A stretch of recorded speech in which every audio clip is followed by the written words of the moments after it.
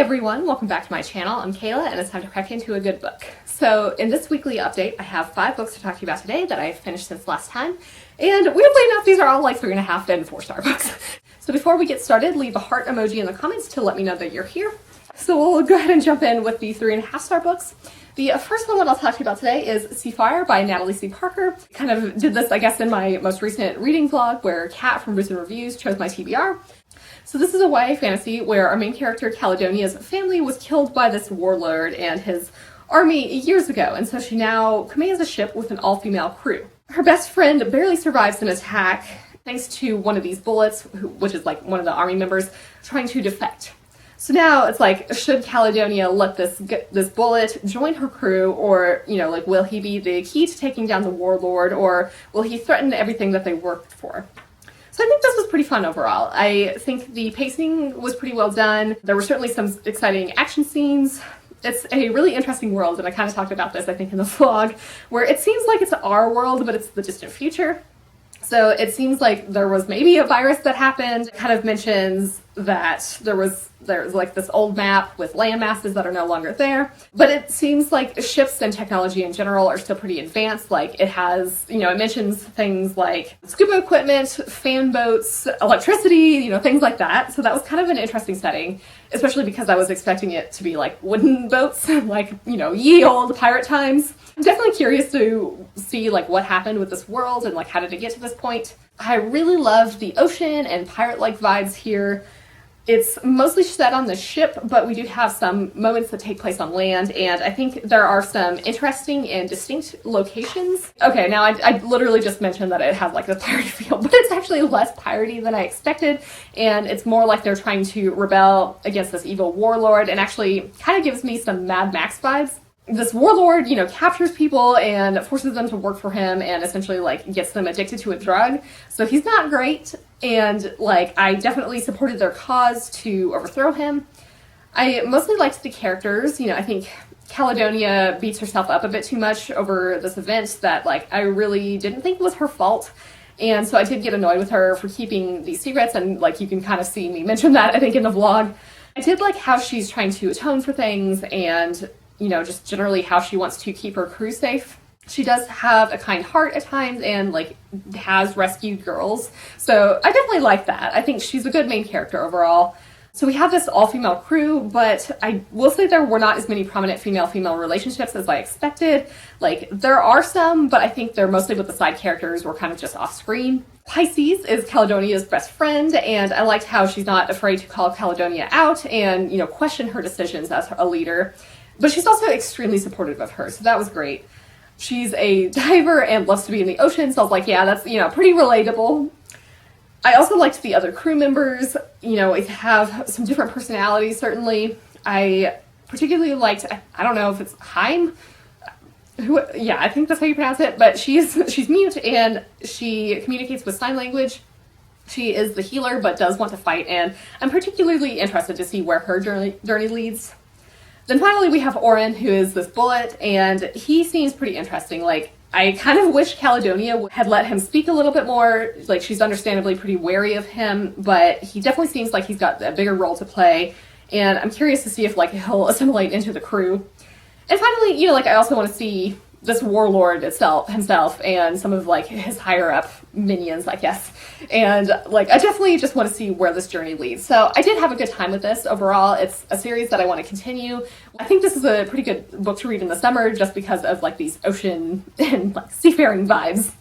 So the other 3.5-star book I'll talk about is Queen of Shadows by Sarah J. Maas. So this is the 4th book in the Throne of Glass series, which I've been slowly making my way through, I guess.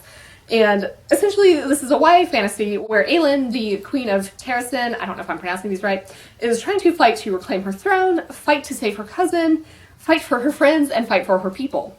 So the first half dragged a lot for me. I don't know. I think that's like my main complaint with the series is like the pacing is just kind of all over the place. But things definitely did get exciting, especially at the end. And kind of like, you know, with the beginning, I just felt bored and like nothing was really happening. We do get some exciting action scenes though, like I kind of mentioned. We're facing some familiar threats, but we also have some new friends and enemies.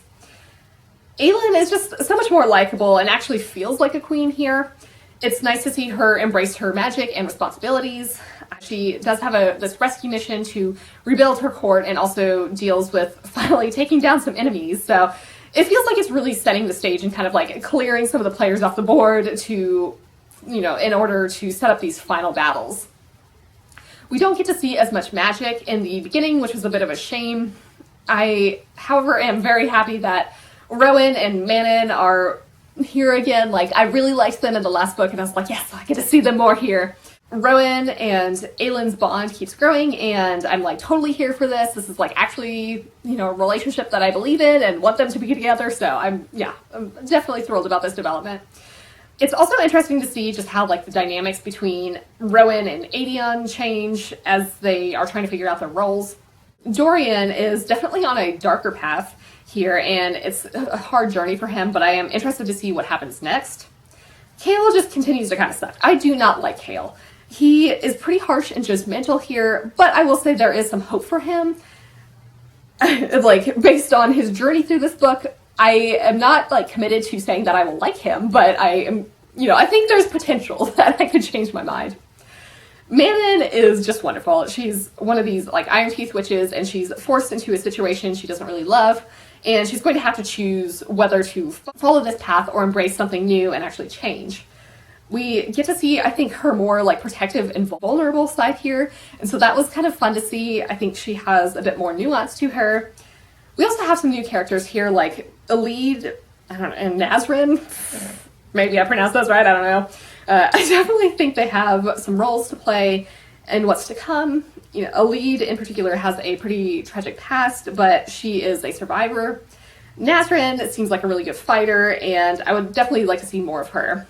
We get to see Lysandra here again, and she has like a bit of a redeeming arc, and I actually like her now. So yeah, I mean, like, again, the pacing was not perfect for me here, but I'm just so impressed with how like drastically I've changed my mind on this series after like really not loving the first book and like kind of thinking a lot of it was so-so. But I think, with the introduction of some of the magic and these more exciting characters, like I'm definitely changing my mind. Following Aylin is just so much more enjoyable, and I'm kind of impressed with how Sarah J. Maas has like convinced me to change my mind on these characters. So now we'll jump into the 4-star books, and the first book I'll talk about here is The Soulmate Equation by Christina Lauren.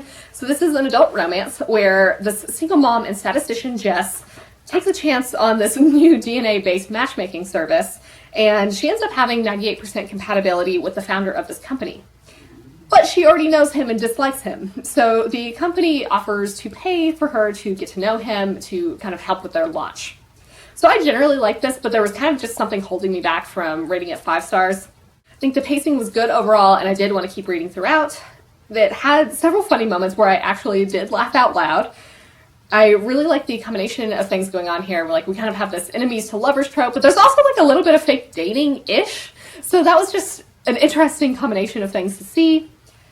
It also does cover some deeper things, I think, like elderly family members' health and just generally like being a single mom and trying to date and manage life. I really liked Jess, our main character overall, especially because she is a statistician. Who's surprised about that, right?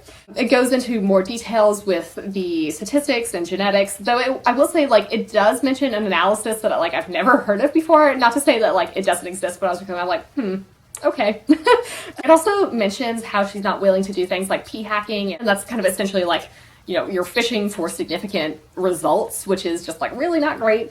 But I think this does show her integrity, and I just really, as a, a biostatistician, I appreciated these discussions. I also just, really liked these moments in general where we got to have some more nerdy moments, and how Jess and River are both really into it. That was just fun to see. Jess is trying to be a good mom, and I think she's struggling with feeling like she can actually take time for herself. I liked her journey of, whether or not to believe in these results and actually take a chance on love. There was some interesting drama. Of course, usually in romance books, there's some sort of dramatic moment between our characters. And in this case, I actually pretty much enjoyed all of it. I also loved Jess's daughter, Juno, her best friend, Fizzy, and her grandparents.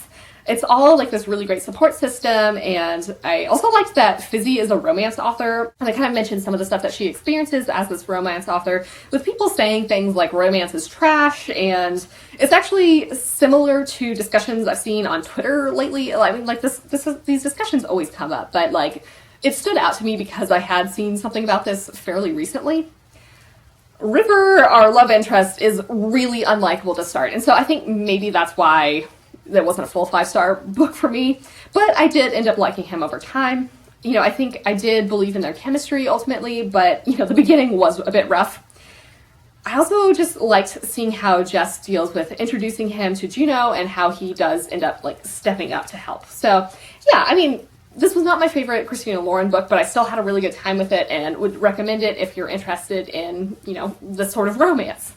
The next 4-star book I'll talk about is When I Was You by Minka Kent. So in the vlog I posted earlier this week, I talked about my experience reading this, but this is an adult thriller where our main character, Brienne, has suffered a brutal attack from, you know, being robbed, and is now just, like, mostly comfortable, just staying in her house, and she's starting to regain her confidence.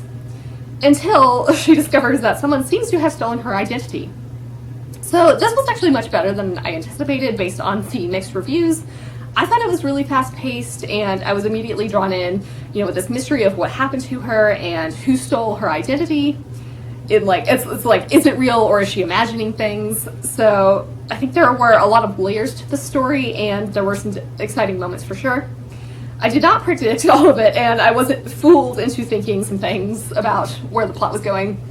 I actually really liked Brienne, and I felt bad for her. I think she's definitely had this hard time after being attacked, and I think it's understandable that she's really wary of things and is pretty timid, you know, especially in the beginning. I think she does seem sweet overall, and I did root for her and wanted her to find out, you know, what was going on. We do have some other characters with their own goals, and, you know, some of them are not very nice. That's kind of all I'll say about that. But yeah, again, looking through the Goodreads reviews, I think people talked about, like, how they didn't think that it was very fast-paced and how they didn't like the main character. Neither of those were clearly a problem for me. Like, I enjoyed both of those things. It does take a little bit of, you know, like, suspending your belief, but, like, I had no problem doing this and just had a really fun time with it. So, yeah, I mean, if you're looking for this type of adult thriller, like, I would certainly recommend it. And finally, the last 4-star book I'll talk about today is This Monster, East of West, The Apocalypse, Year 2 by Jonathan Hickman. So again, I also read this for the vlog this week, and this is like a sci-fi, western, apocalyptic graphic novel where the end days are coming, we've got some nations making alliances, and Death is trying to find his son. So it's still like a pretty bizarre story, honestly. There are definitely a lot of brutal moments with blood, nudity, and gore. But I think it felt to me like this story was a lot easier to get into than the first year, I guess. Perhaps this was because I felt like I had a better sense of what was going on, having read, you know, the first year of this. Like, I'm kind of introduced to the world, and it just makes a lot more sense here. The horsemen, I think, are a little bit less involved here, though they're obviously still present. I definitely think that they're going to have a bigger role to play in the next volumes. I think there were some funny moments here, particularly with Babylon, so I really liked those scenes. It's kind of like a weird combination of, like, some funny scenes and then it's like just gore and blood everywhere. I continue to like Death, Wolf, and Crow. I talked about them, I think, when I read the first year, but I really like their journeys, and I kind of feel like they're the good guys, like they're the people that we're supposed to root for here. I liked the variety of powers and people in this world. There's some pretty good diversity. I really like all the different character designs, particularly with the Endless Nation. They're really connected with data and have, like, interesting headpieces, so they're kind of, like, reminiscent of, I guess, like, headdresses. But they also, like, plug into technology, so that was really cool. And, of course, you know, with the Endless Nation, we do have the designs of Wolf and Crow, and both of them I really like. It's cool to see, like, how they change into their respective animals. I also like, this is kind of weird, but I like the variety of speeds here. Like, you have those weird robot horse things, there's giant pigs, there's people, there's like this monster called Legion, and it's just all some really cool design stuff going on. So overall, I think there were some interesting plots here with some surprising moments, like there are some secret plans, alliances, and we've got these like chosen people. This story will not be for everybody, but if you're interested in this kind of like weird Western apocalyptic setting, like I would definitely suggest picking it up. And I'm glad that Kat, you know, chose this for me to read. She was the reason why I picked the series up in the first place, so I'm glad that I've continued on with this, and I want to see how the story ends for sure. So with that, those are all the books that I've finished since last time. I'm currently about halfway through The Perfect Family by Robyn Harding, and I'm reading that as an arc. I think it comes out in August, something like that. I was debating on like whether or not I wanted to try to finish that and then film this, but I was like, it's probably better time-wise for me to, you know, just wait on that until next time, I guess. Anyway, in terms of plans of things that I want to read, I also have an arc of The Wolf and the Woodsman, I think, that I would like to get to pretty soon. And then I've got some stuff that I need to read for book club, like The Unbroken for the Space Byron's book club, and then The Last Adventure of Constance Verity for my urban fantasy paranormal romance book club. And then I think I may be buddy reading The Stars Are Legion with some of my friends. So I've got like a pretty busy week, I guess, planned out here, but it should be all pretty fun. I guess that'll kind of do it for this video. So let me know in the comments if you've read any of these books or think you might pick them up. And for your question of the day, do you enjoy thrillers that require you to suspend your disbelief? So I do have a Discord channel, and if you want to join that, the link is in the description below. I hope you're all having an excellent day and are reading something awesome. If you enjoyed this video, feel free to give it a big thumbs up, as that would certainly help me out. But with that, I think I'm going to wrap it up here and see you in the next one.